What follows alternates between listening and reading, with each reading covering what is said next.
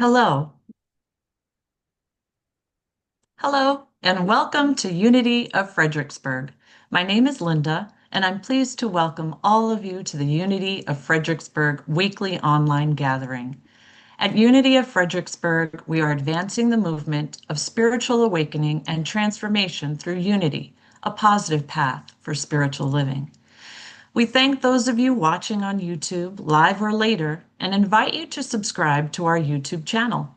If you're able to attend live, we encourage you to join us in the Zoom community room for the full Sunday morning experience, including music, prayer, and connection.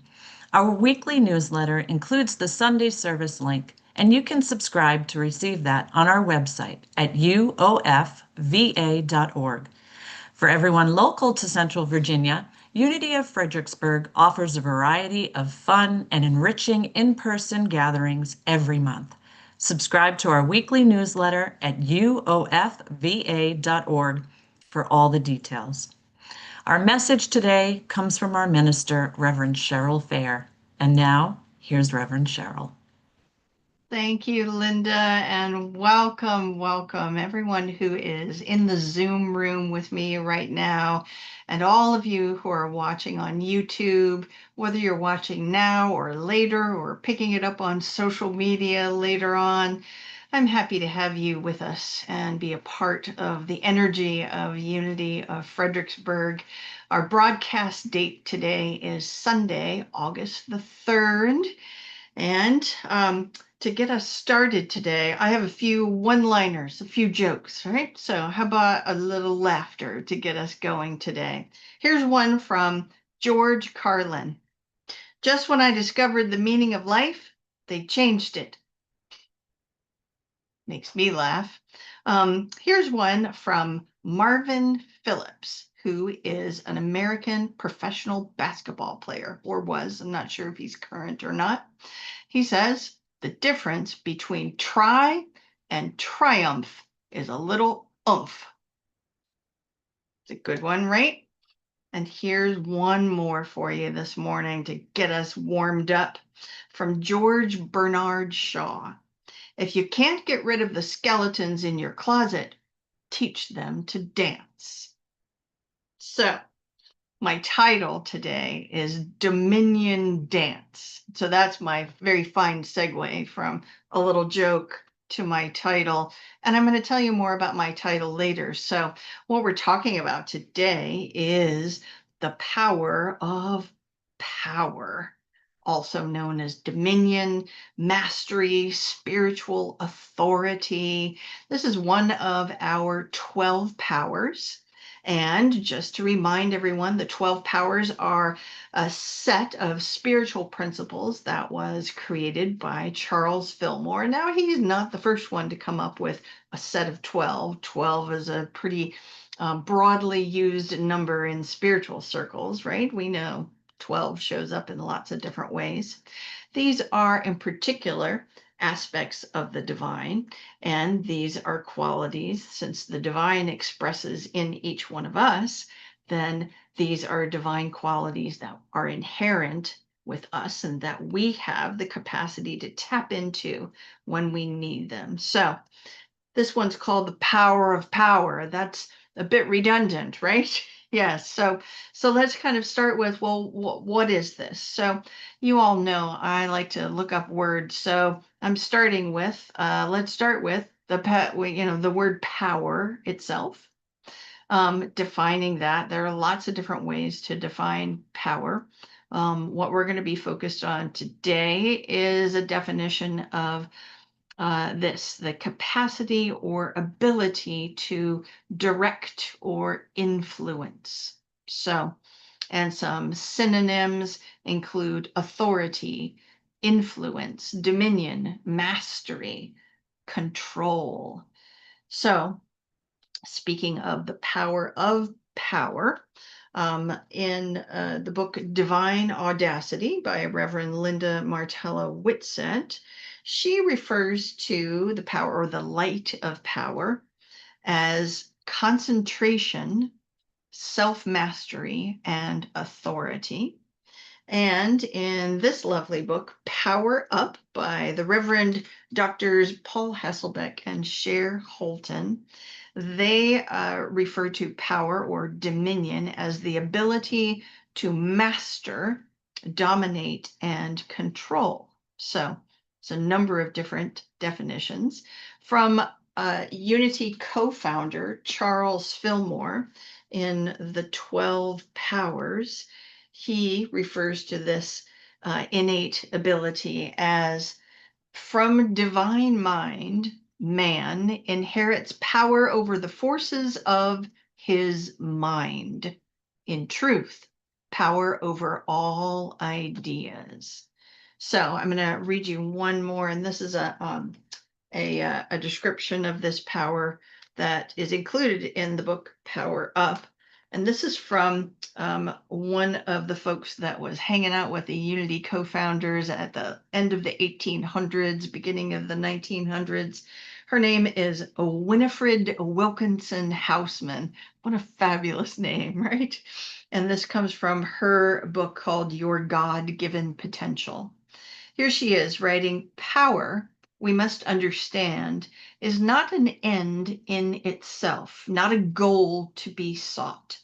Rather, it is simply a means that enables us to attain the end of bringing forth God ideas on earth. It is to be exercised not for the purpose of controlling others, but for the purpose of taking dominion over our own thoughts and feelings in order to come into a greater God awareness. Nice.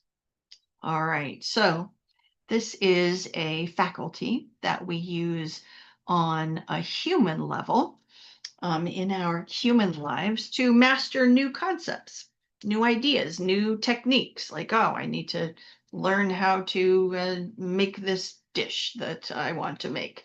We use it to get a handle on things, right? I got this. We use it to develop a sense of agency, of kind of knowing how to do things. Now, if we are underusing this capacity, then we feel like we have no control. We can't make a decision. We don't have influence over our own circumstances. And if we're using it too much, then we're trying to sort of dominate and manage and control situations and other people, or we're very controlling with ourselves. Now, on a spiritual level, we use this capacity of dominion to direct our thoughts based on spiritual principles. So we're always in that space of kind of toggling back and forth between our human nature, what's going on in our outer world, and our divine nature. So we engage this power of mastery when we make that shift to our divine nature and remind ourselves. So here is a quote from Divine Audacity, where Reverend Linda Martella Whitsett, she's referring to power here as self-mastery. Self-mastery is our capacity to guide our thoughts, words, actions in integrity with our infinite self, instead of reacting from only human or egoic impulsives, right? Did I say the right word? Impulses, yes, impulses. So this power, just like all of the 12 powers, kind of partners with the other powers, right? So partners with wisdom and will and release. And when we use that, then we have the ability to identify unwanted thoughts that are showing up and release them from our consciousness, right? So you're out of here. That's in classic Unity language, that's called a denial, but these days we talk about it as a negation or an intentional release, and we'll practice one of those later on. But it's definitely our power of power going, you are an idea we don't need to be having anymore, and let's get rid of you. So This self-mastery is a part of our ability to do that. Now, all of these wonderful, wise sources that we're talking about stress that this is not a capacity, a faculty that is meant to be used to influence other people or circumstances. So we all know that when our ego gets involved, that's exactly what can happen, right? We can get very domineering in the management of details. We can be very forceful about controlling the narrative of who said what and who's going to say what, those kinds of things. So when you notice this in yourself, you can engage this power to rein in that kind of behavior and go, whoa, whoa, whoa, whoa, whoa, whoa, that's not what this is for. So here's an affirmation that we can do when we think about, we find ourselves doing that kind of thing. So I'll say it and then you can repeat it with me, okay? I let go of my human desire to control as I trust the flow of infinite good. Want to say it with me? Okay, we'll do it in pieces, right? I let go of my human desire to control. Say it. As I trust the flow of infinite good. All right. So here's a quote from Heart-Centered Metaphysics by the Reverend Dr. Paul Hasselbeck. This power that we're talking about is the faculty that enables us to have authority over our own emotions, our feelings, inspirations, and thoughts, not for controlling others, right? So this is a faculty we use to manage our own consciousness. It's the sense of agency that we hold over our own thoughts, feelings, attitudes, and beliefs. So you can be pushed, you can feel pushed around by circumstances, right? We can feel pushed around, but nobody can get inside your head and control your thoughts, can they? No one can hear what you're thinking. No one knows what you're thinking. The only authority that is there in your consciousness is you, beloved. So there are times when you're in different relationships where you feel like you actually have, or you need to recognize that you've actually given away your power to some circumstance by believing that someone is controlling you or some situation is controlling you. But only you actually has sovereign authority over your own consciousness. So you can claim in those circumstances spiritual authority over human circumstances. And we actually practice this every week at the end of our Zoom time together when we sing what's commonly known as the peace song. We say, let there be peace on earth. This is us claiming peace on earth and let it begin with me in my consciousness. I am claiming that I will have peaceful thoughts. I am claiming that I will carry that into the world. So this is the same syntax that we find in scripture in Genesis, where the God of Genesis is saying, let there be light. There's nothing passive about it. This is a powerful authoritative claiming of what we are going to have going on in here. So just think about that as something that you can do if you feel like you are not having control over what's going on in your own mind. And let's be honest, we don't always feel like we have control, right? Right. So let's just be honest about that. Now, what comes to mind for me, I don't know if you all have seen this, but I have in recent months frequently seen memes on social media that really delineate sort of what we have control over and what we don't have control over so that we can be reminded, right? So we don't have control over the weather. We don't have control over world events. We don't have control over what other people think, what other people do, what other people say. We don't have control over the past, although we do have control over what we think about the past, right? We don't have control over the future, although we do have control about how we're thinking about the future, right? So what we want to do is focus on what we do have control over, and that is our response to all of those things, our words, our actions, our thoughts, our feelings, our beliefs, our attitudes, and most importantly, we have influence and control over the present moment. The present moment is always our point of power. So, as we navigate our human lives, it's essential that we focus on what we can control in the here and now, and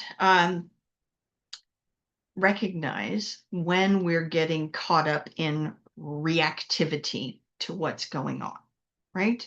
So it's important for us to notice our own behavior, and we all get into reactivity. So I want to remind everyone to just be gentle with yourself.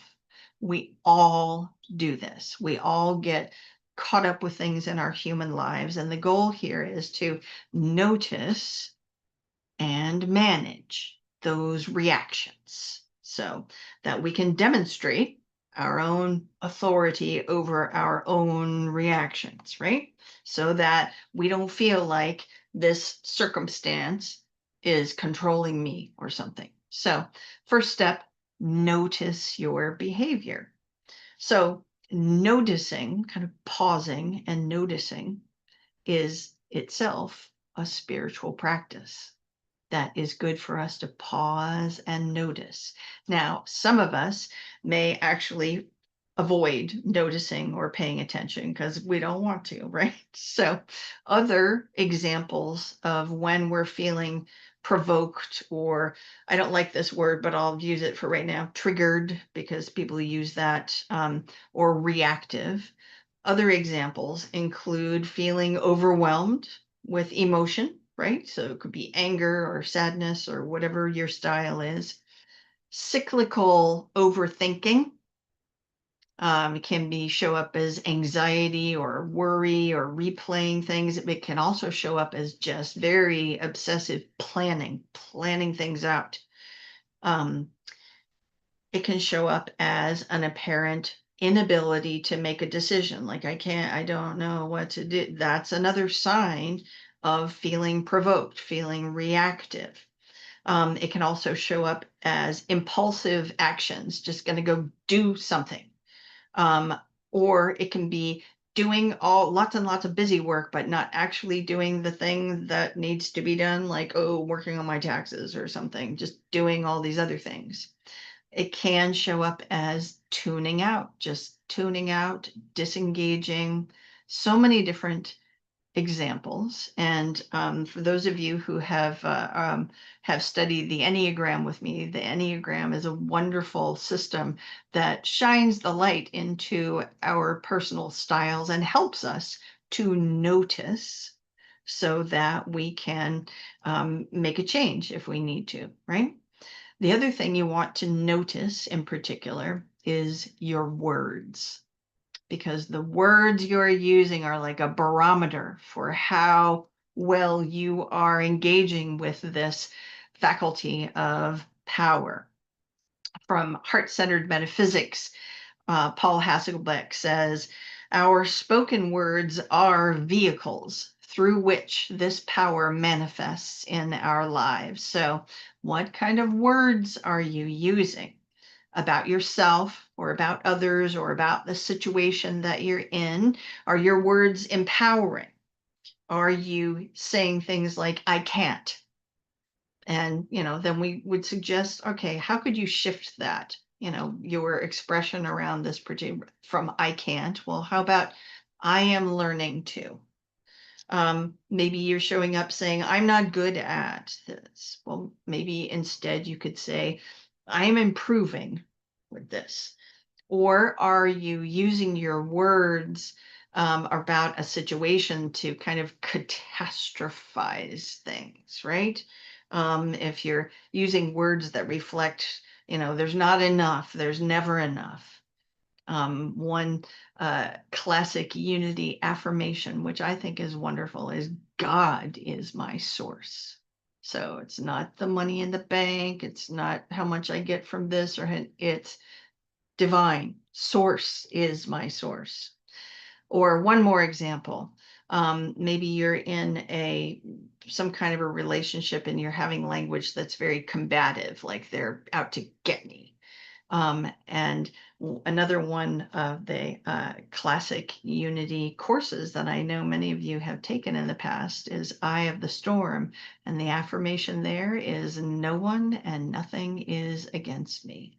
So you want to pay attention to your words, work on how can I shift what I'm saying? Because when I show up and say, this is a hot mess, well, you're claiming that.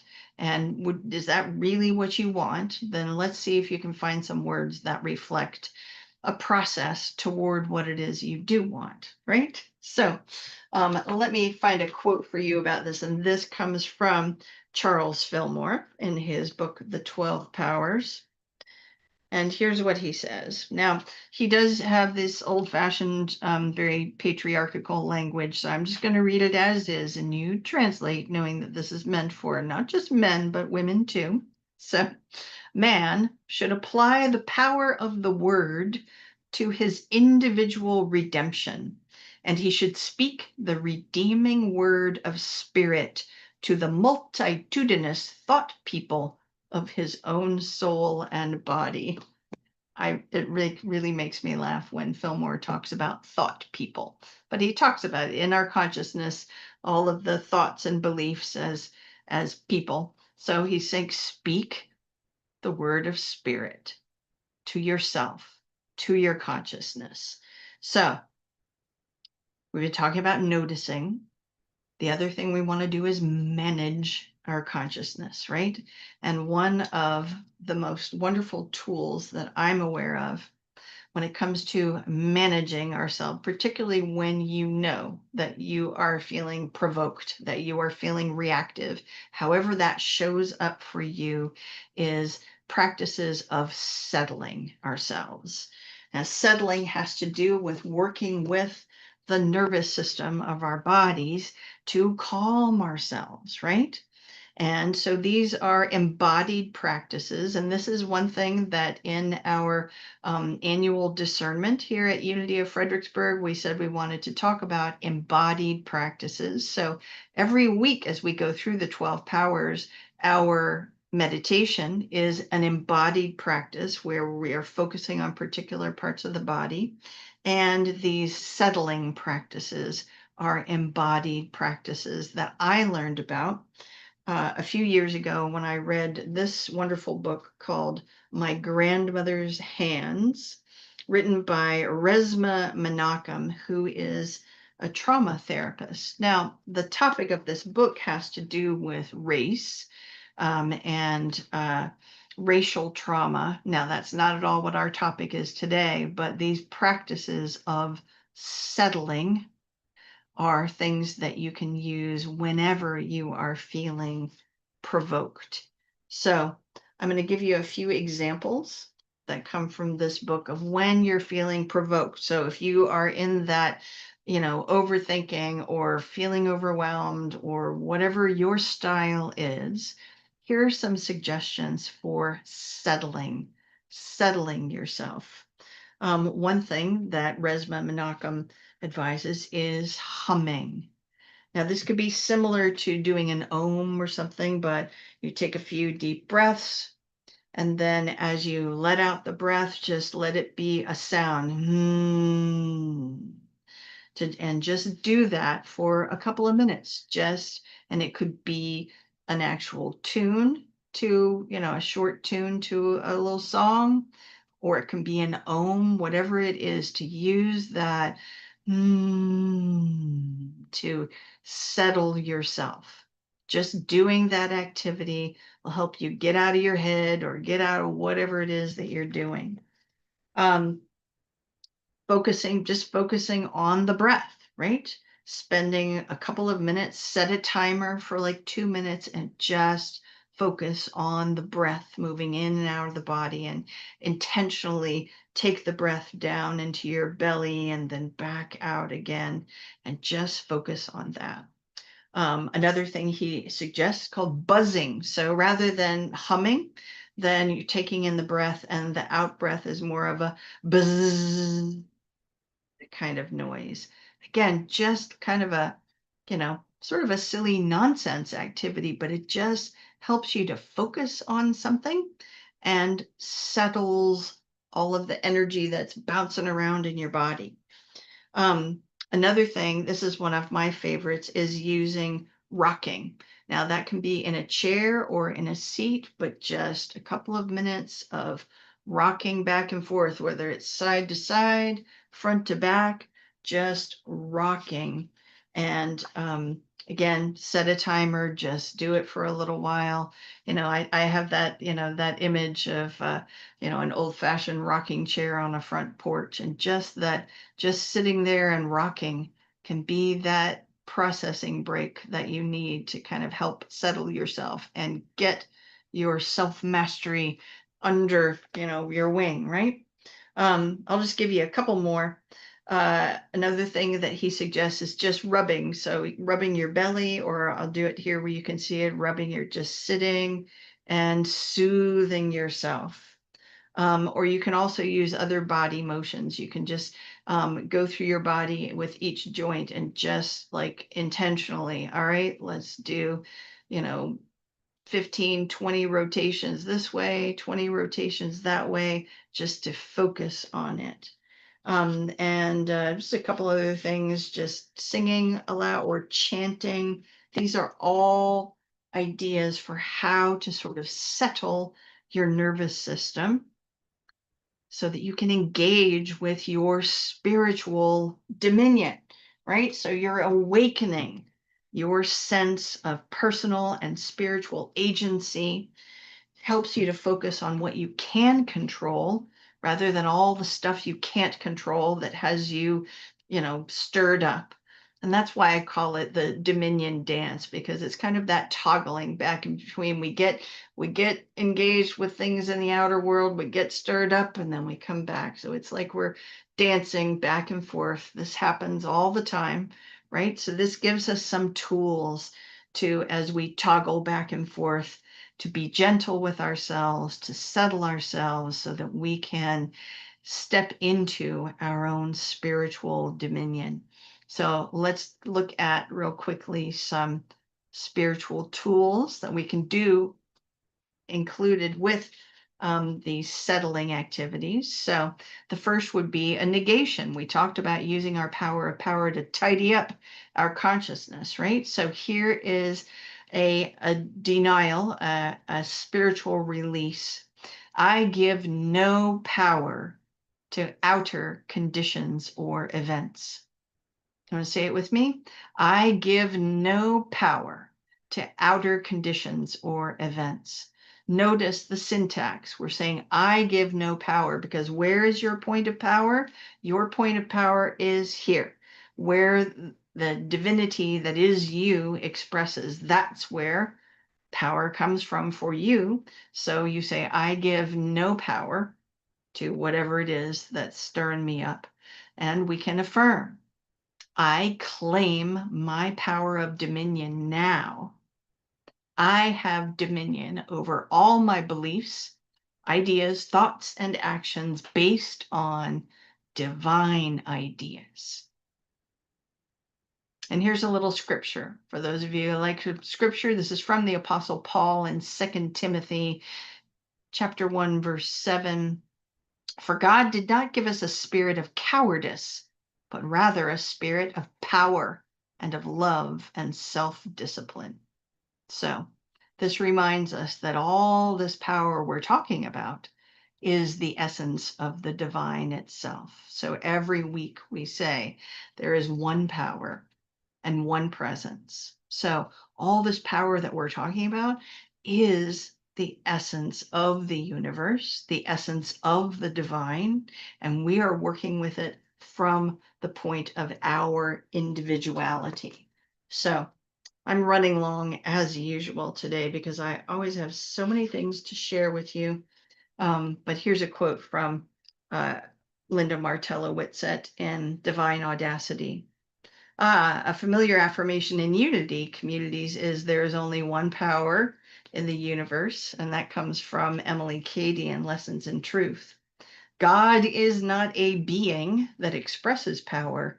God is the power itself. We are divine power expressing powerfully.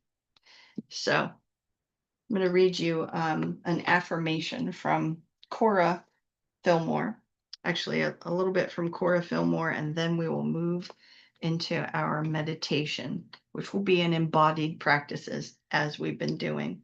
So here's from Cora Fillmore. Our aim in life should be to grow by unfolding the power of the living word. In order to do this, we must watch our words and above all, watch our thoughts.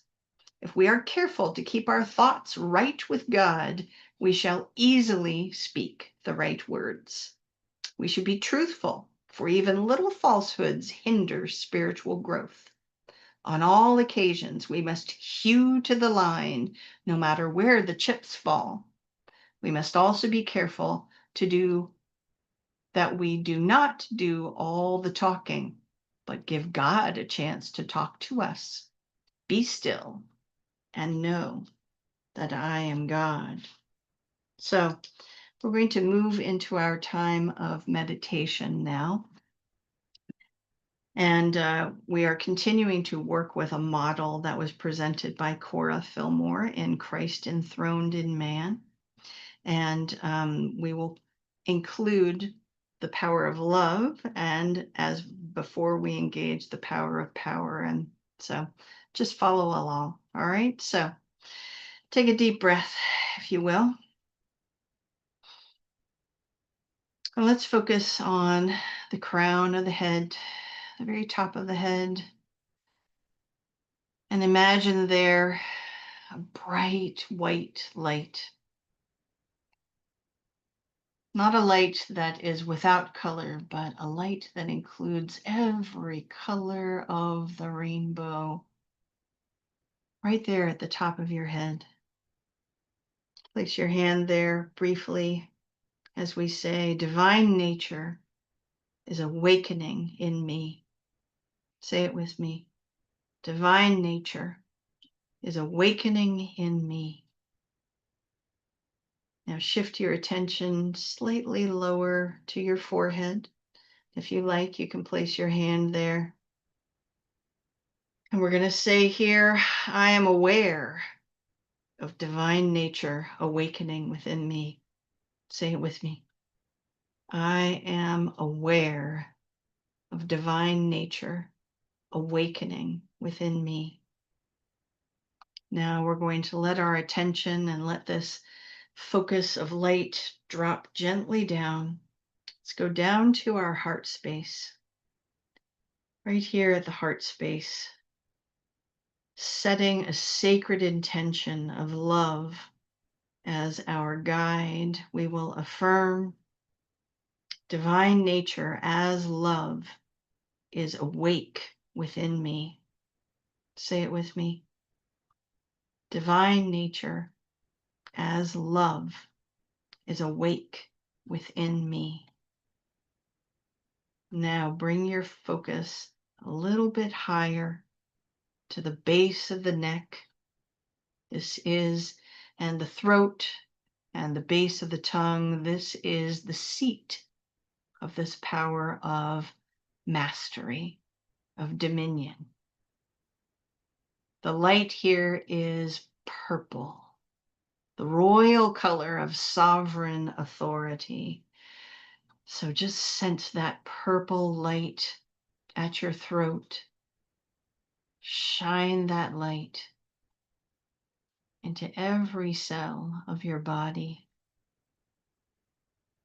Focus that light into every aspect of your consciousness, every thought, every feeling, every belief, every attitude. Light it up with this purple power color. Shine this light into all concerns and circumstances. And affirm with me now. Listen to this, and then you can repeat it with me. Divine nature as power is awake within me. Say it with me. Divine nature as power is awake within me.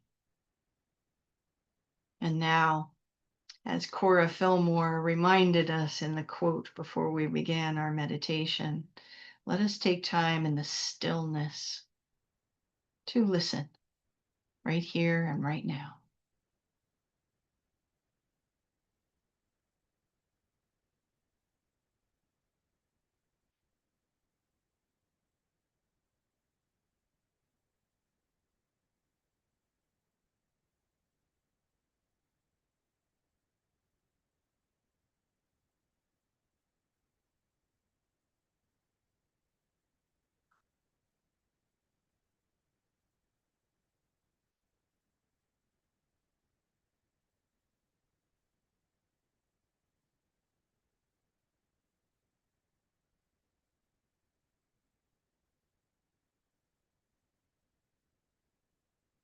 And as we begin to bring our attention back to this moment, right here, right now, that sense of self mastery, giving us an energy of agency around our own thoughts and feelings.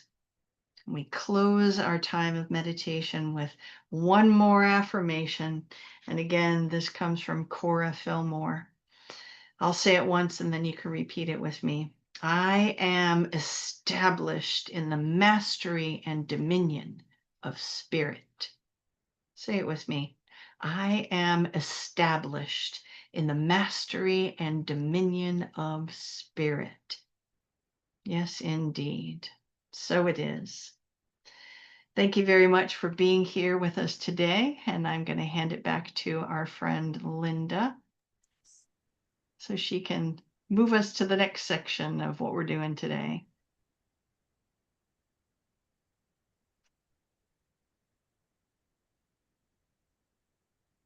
Thank you, Reverend Cheryl. And thanks for watching the weekly broadcast from Unity of Fredericksburg. Visit our website, uofva.org, to learn more about our mission of spiritual awakening and transformation, and support our ministry with your financial donation. Thanks again for watching, and see you next